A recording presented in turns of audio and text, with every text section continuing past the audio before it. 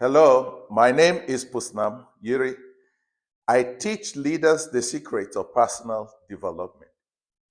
I am convinced that if you want to do more, the first thing you need to do is to become more.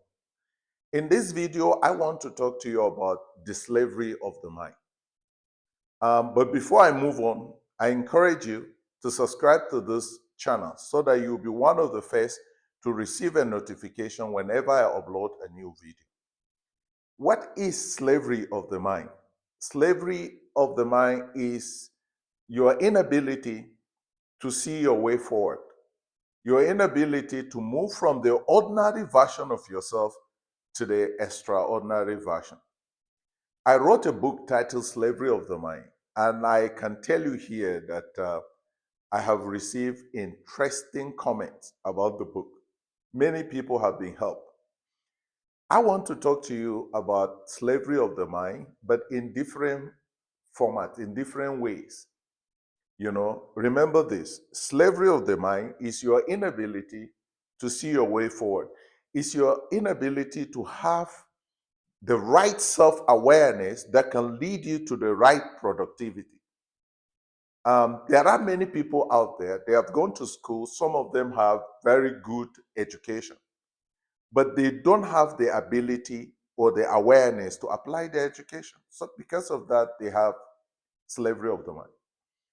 Under slavery of the mind, I will share different types of poverty. We have economic poverty, your inability to understand your way forward economically. We have historical poverty. Historical poverty is the type that you are living today, but you don't even know about your history. You don't know much about your history. Some of us don't even know much about our grandparents. You are suffering from historical slavery or poverty.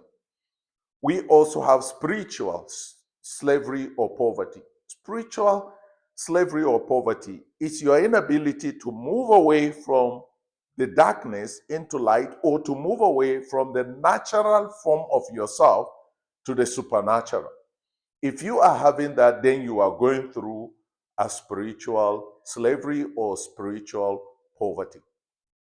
And we also have financial poverty.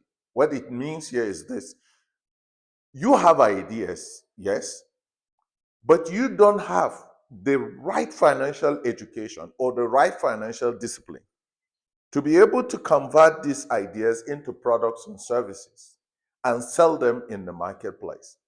You may be suffering from financial poverty.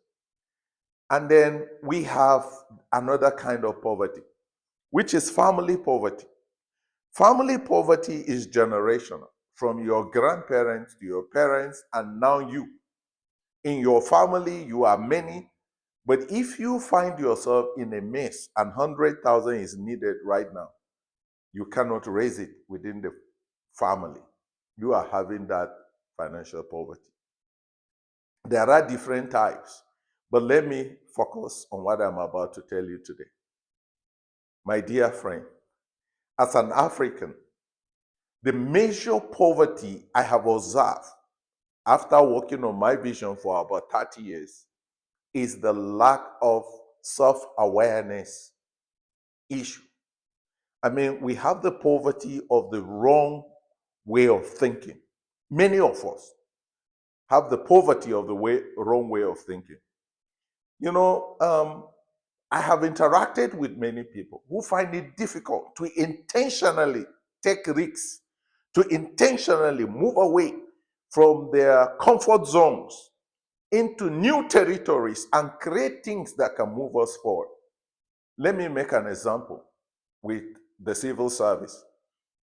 Is it wrong to work as a civil servant? No. But it is wrong to remain as a civil servant till retirement, because this is what it's doing to you. You are now working as a civil servant. Remember, we're talking about a way of thinking. Depending on your age, depending on where you work, let's assume you are to retire after 35 years in service. Maybe you retire as a director. When you retire as a director, your son will join the civil service.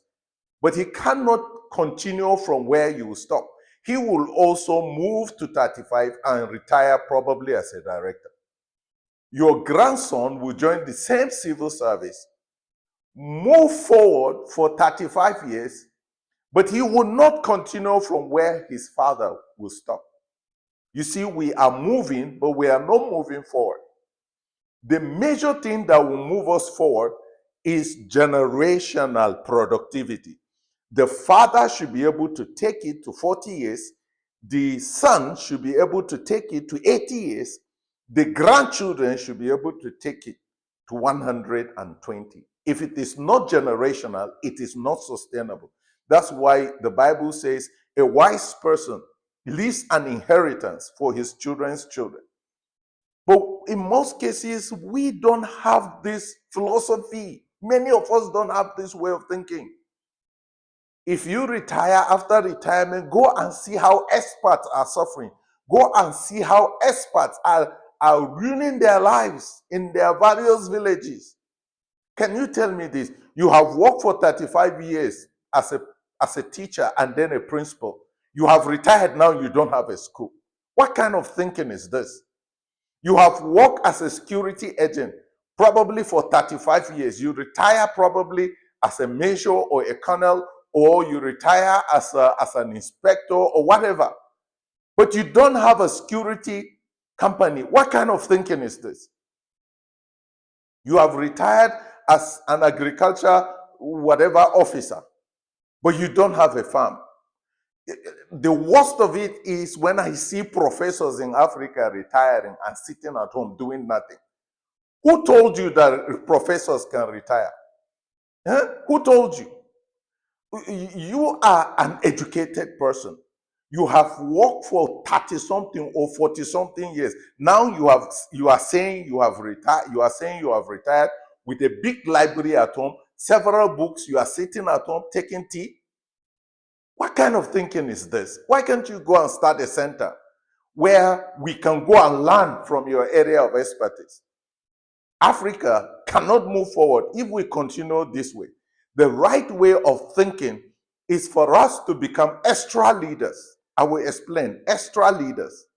Extra leaders, number one, are people who are driven by the godly purpose. They know why God created them and they are intentional about it. And I love it when somebody said, you can only retire from your job, but you cannot retire from your work. Your responsibility, your assignment is your calling. And there's no retirement. The only retirement in God's master plan, let me say this to you, is death. That's the only retirement, is death. So extra leaders first are intentional about living for the glory of God. Number two, extra leaders are fully aware that God sent them into this world to lead from their areas of calling. The Bible is the master plan, the blueprint, yet many of us are not learning from the Bible. Who told you that you can lead effectively from outside your calling? Remain in your area of calling. That's the best way for you to become a leader who will add value to others. If you don't remain in your area of calling, you cannot move forward. You cannot make progress. You have to remain in your area of calling. Have you identified your area of calling? Remember the story of the servants who received talents from their master. One received 5, one received 2, one received 1. There's a phrase in that story that each according to his ability. So it simply means that when you remain in your area of calling, that is the place for impact. So in your area of calling, there is no retirement. Unfortunately, many of us are looking for food. That's why we keep on jumping from one job to another, one place to another, and eventually we become old, we become weak. When we become old and weak and income is no longer coming, we look frustrated. You cannot retire from your area of calling. Only death will retire you, because death simply means your journey on earth is over. That's the meaning. Go to our villages, you will see top experts in frustration in the name of retirement. You cannot retire from your area of calling. You can retire from your job, but move to your area of calling if you are one of them. we are not helping ourselves. We are destroying ourselves from the slavery of the mind. We have to know that God did not send us into this world to retire. You see, do you know how much it costs God to sustain one person? You think it's free? It's not free. Look at the oxygen you take. You think God just left this world and is not in control of it? That's why personal development is very important. You have to change the way you see the world. You have to have a productive way of looking at the world. You have to start thinking of creating things that will benefit generations, even if these things will not benefit you. That's the way forward. Generational productivity. That's the way forward. We cannot do otherwise. That's the way forward. Okay? So you have to engage in personal development. You have to reevaluate the way you see the world. As you see the world, that's how you are going to operate. I love this saying, you don't see things the way they are, you see them the way you are. And it's true. You see them the way you are. Somebody says, out of what you know, you decide.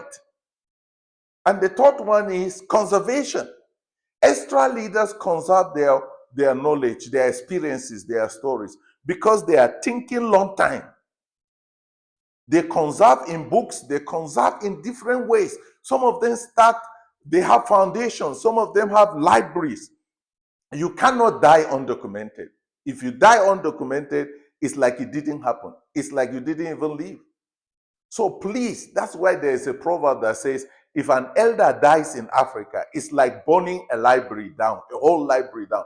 Many of our elders are dying undocumented. Many have died undocumented. Because of that, we cannot access their experiences. We cannot access their knowledge. And we are always repeating their mistakes. That's why we are not moving forward, my friends. This is the time for us to arise as Africans and change the way we see the world and develop ourselves and become organic and become real and become original and start thinking long time and start thinking in a generational way, not this way that many of us are going. For about 30 years, I've been working on one vision. Many people will have given up. And in this about 30 years, I have learned a lot, and that's why I'm talking to you now. I have reached a level of personal development. Now I am doing personal development sharing. I am distributing what I have discovered. Away from the slavery of the mind, we must overcome the way we see the world. We must have a different way of seeing the world. We must have a productive way of seeing the world. We must change our direction from the way we see the world, from short-term productivity to long-term productivity. We must solve the problems our grandparents did not solve. And we must solve the problems our grandchildren may face in their time, that only us have the opportunity and the experience to solve these problems. Remember, slavery of the mind is your inability to see your way forward. It's your inability to have the right philosophy that can help you identify ideas, identify opportunities, be able to interpret these ideas, be able to apply them for maximum productivity. My name is Pusnam Yuri. Till I come your way again with another inspiring video, remember, subscribe to this channel so that you will be one of the first to receive a notification whenever I upload a new video. Bye-bye.